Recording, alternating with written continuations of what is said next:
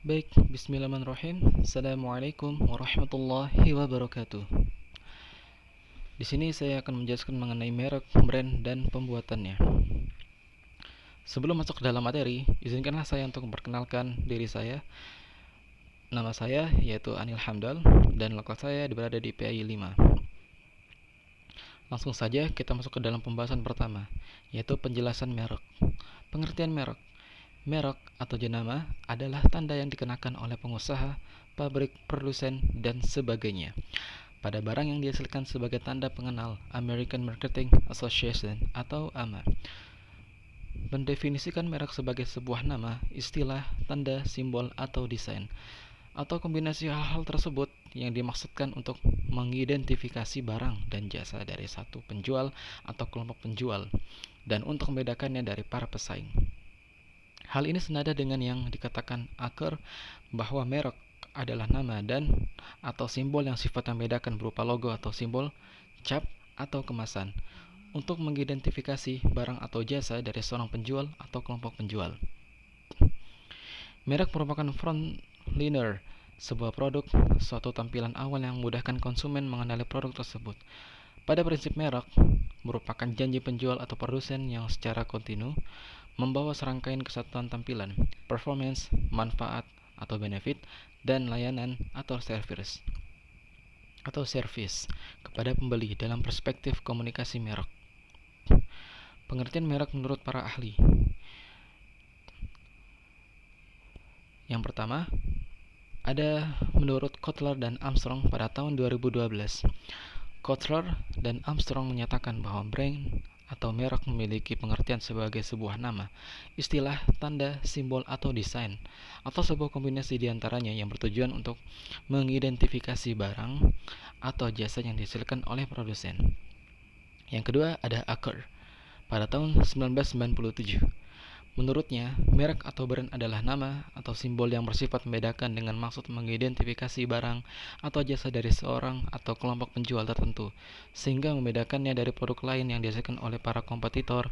Bedakan di sini bisa berarti dari segi logo, cap, nama, kemasan, dan lain-lain. Produk lain bisa berupa barang-barang maupun jasa. Selanjutnya, pengertian merek menurut Wheeler pada tahun 2006.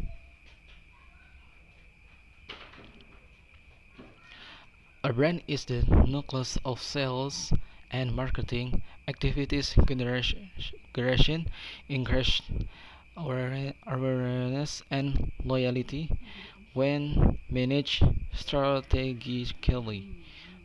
Yaitu yang berarti merek adalah nukleus atau inti dari sales atau penjual, dan kegiatan pemasaran memasukkan peningkatan awareness atau kesadaran dan loyalty atau loyalitas apabila dikelola secara strategis.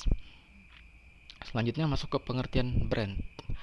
Branding bukan hanya soal desain, logo, atau tagline. Lebih strategis daripada hal-hal tersebut. Definisi awal dari brand sendiri adalah nama dari produk atau jasa yang berasal dari sumber yang spesifik. Dengan menggunakan pengertian ini, kata brand sendiri sama artinya dengan istilah atau trademark atau merek dagang. Brand adalah karakter atau kumpulan pengalaman dari apa yang konsumen rasakan dan pikirkan ketika mendengar dan melihat produk Anda. Selanjutnya, masuk ke dalam cara pembuatannya. Terdapat 7 langkah dalam pembuatan merek dan brand. Yang pertama, tentukan target audience. Langkah pertama yang sangat signifikan untuk dilakukan adalah dengan melakukan riset terhadap target audience dan kompetitor. Cari tahu siapa saja kompetitor potensial yang menjual produk yang mirip dengan yang akan kamu jual. Dari situ kamu juga bisa mempelajari siapa audiens yang mereka targetkan. Selanjutnya, tentukan fokus dan karakteristik brand. Menentukan fokus brand merupakan sesuatu yang sangat penting karena akan sangat berpengaruh terhadap semua elemen yang ada selama kamu membangun brand tersebut. Yang ketiga, tentukan nama brand. Pengaruh pemilihan nama sebuah bisnis bisa jadi sangat kecil atau besar tergantung pada jenis bisnis yang kamu mulai.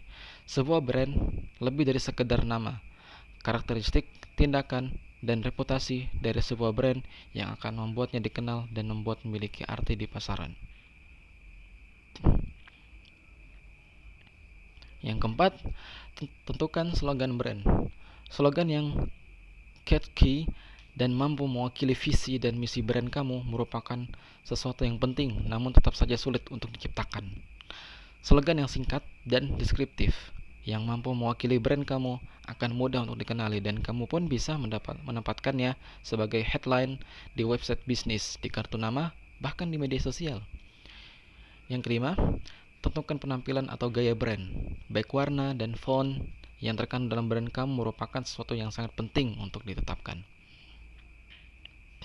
Yang keenam, desain logo brand.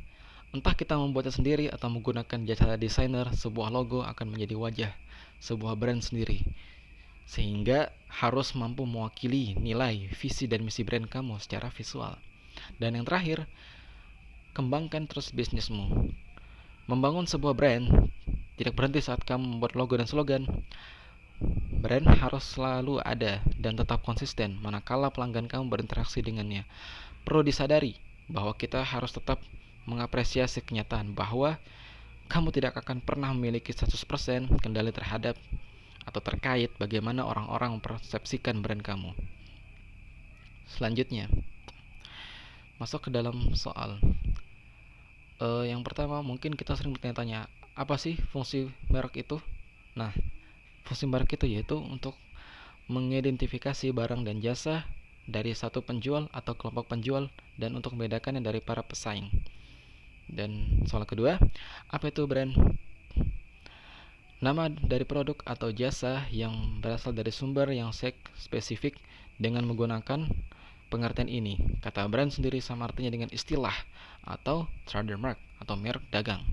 Yang ketiga, bagaimana cara pembuatannya? Yaitu dengan cara membuat langkah-langkah dalam memikirkan pola atau sistem kerja dari brand tersebut. Mungkin itu saja yang dapat saya sampaikan. Kurang lebihnya, saya mohon maaf bila ada salah-salah kata.